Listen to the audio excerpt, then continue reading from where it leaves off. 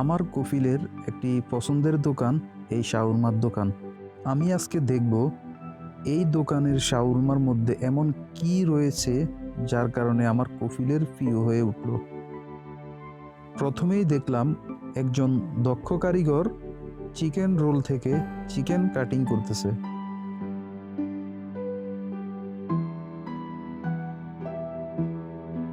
Cutting শেষে স্টিলের একটা চামচ দিয়ে চিকেনগুলোকে এক জায়গায় জড়ো করলো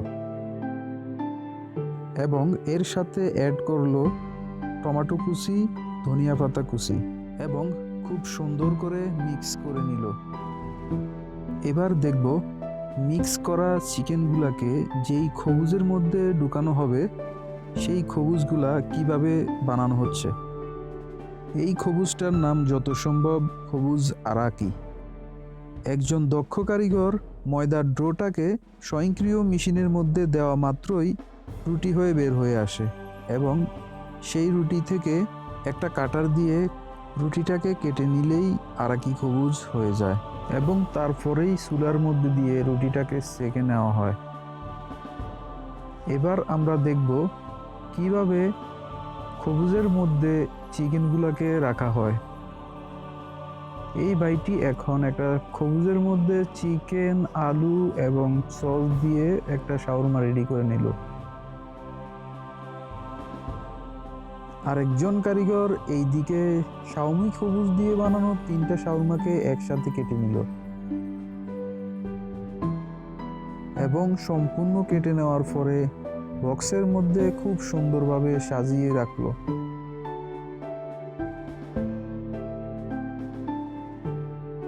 তার কিছুক্ষণ পরে গরম গরম আলু ভাজা বক্সের মধ্যে রাখলো এবং বক্সটাকে কমপ্লিট করলো। এই দোকানের নাম হচ্ছে শাওরমা ওয়াদ্দাহ। এই দোকানটি মদিনা আল মুনাওয়ারা আজিজিয়া তরিক ইমাম মুসলিম। আমি প্রথমে এই দোকানে এসেই 5টা শাওরমা আরাকি অর্ডার করি এবং বাইরে এসে অনেকক্ষণ হাঁটাচলা করার পর দেখলাম অনেক সুন্দর একটা ভিউ বাইরে থেকে গ্লাসের মধ্যে দেখা যাচ্ছে। তখনই আমি আমার মোবাইলটা দিয়ে এই ভিডিওটা ধারণ করি। জানি না কেমন হয়েছে, আপনারা ভালোভাবে দেখেন। দেখে যদি ভালো লাগে তাহলে লাইক, কমেন্ট এবং শেয়ার করবেন। আর আমার ইউটিউব থেকে যারা দেখতেছেন সবাইকে বলবো সাবস্ক্রাইব করে আমার পাশে থাকার জন্য এবং যারা পেজ থেকে দেখতেছেন সবাইকে অনুরোধ করব ফলো করে দেওয়ার জন্য। আমি মোহাম্মদ নেসার আহমেদ, সৌদি প্রবাসী, মদিনায় দীর্ঘ 6 বছর ধরে জব করতেছি হাউস ড্রাইভিং বিষয়ে। আলহামদুলিল্লাহ, এই জবের কারণে মদিনা শহরটি ঘুরে দেখার সৌভাগ্য আমার হয়েছে।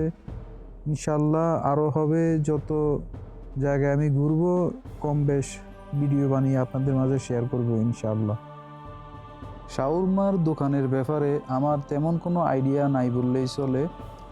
এই ভিডিওতে আমি যা কিছু বলেছি সমস্ত কথাই আমার আইডিয়ার উপরে বলেছি। প্রায় 10-15 মিনিট দাঁড়িয়ে আমি যা দেখেছি এবং ভিডিও করেছি তা আপনাদের মাঝে আমি শেয়ার করলাম। আপনারা সবাই ভালো থাকবেন, আমার জন্য দোয়া করবেন।